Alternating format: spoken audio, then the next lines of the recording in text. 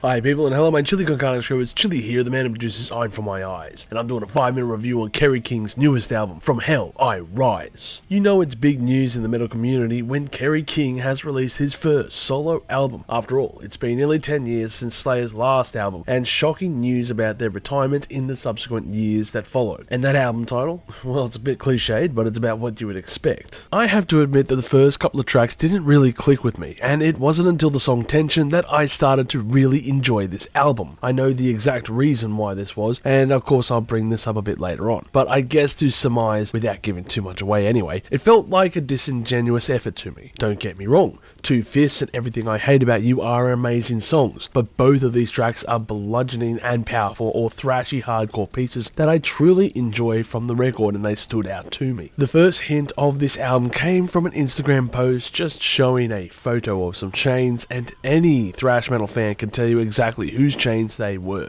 They were Flavor Flav's, of course. Duh! Idle Hands was the first single to drop and did call back to a sound very familiar with the fans, but it was enough to get people talking. Kerry was about to release a new album. Keep your eyeballs glued open to make sure you don't miss it. I have to admit, when I heard that single for the first time, I thought it was pretty good, but after some time passed and the exciting prospect of such a prominent metal guitarist releasing their first new material in nearly a decade wore off, I started to really listen to the song, till it became rather generic. But was it always like this to begin with? Would the album be in the same vein? When it comes to this record, Kerry King didn't say much. There was the one or two little lines, but instead he has been more on the attack of other musicians in his field, like Scott Ian, or how he doesn't listen to the new Iron Maiden records because it sounds different. This is really ironic, I guess, because I don't mind this record, but that's because it's very similar to Slayer. Nothing's changed, except it's more like Slayer Light. It's just fine, but it's missing Tom Aray's vocals. And of course, it's still missing the rest of the band, to be honest.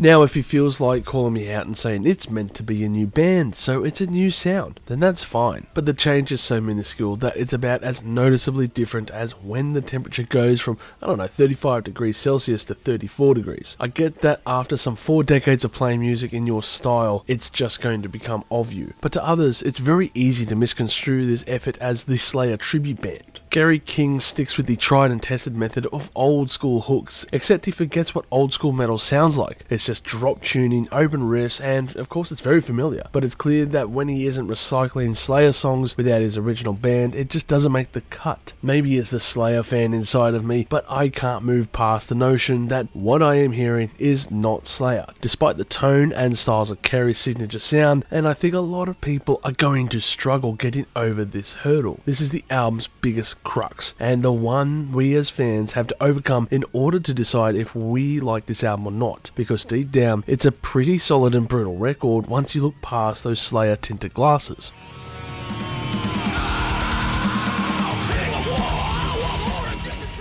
I mean, it's nothing fancy and does have its shortfalls, but I'd prefer to hear this over a fair few albums that I've done reviews on this year. It's more to my style and speed of metal that I enjoy, but I'm not won over by vocalist Mark, who most would recognise from Death Angel. When Kerry said about writing the album, he made the statement that this would sound like Slayer without it being Slayer, but not intentionally so. Really? I'd hate to see your poker face, Kerry. We all knew what it was going to sound like. We know your range is as limited to your binary translator guitarist on Ultimate Tabs. None of us were expecting you to tap into sounds like the Beatles or Imagine Dragons, and nor do we want you to try anything else. But to allude as such? Well, it could be interesting if you tried, but let's face it, you weren't the creative inspiration on the south side of heaven. If you are a Slayer fan, you are surely going to enjoy this, but don't hold high expectations for Slayer version 2.0. If you manage to temper your expectations and disregard the past, then you might just enjoy this record more, especially if you love heavy fucking metal. Not a bad effort, but not a great effort. Overall, I would give this album a score of 7 million chilies on the spicy scale, with my favourite tracks being Idle Hands, Tension, and Everything I Hate About You. This might take a few listens to digest, not because of its vast differences, there are none, but because of the vast changes. This is not Slayer, that band is gone. This is Kerry King of Slayer doing Diet Slayer with a new band, and once you can get past this gripe, you will find a decent record. Not amazing, but decent. If you've enjoyed this content, make sure to smash that like button, subscribe to us, and stay notified for future music related content, because it keeps our manager happy at the end of the day. We are also on Discord, Instagram, Facebook, and all those other social platforms if you want to check us out. As always, people, you have a great day and stay spicy.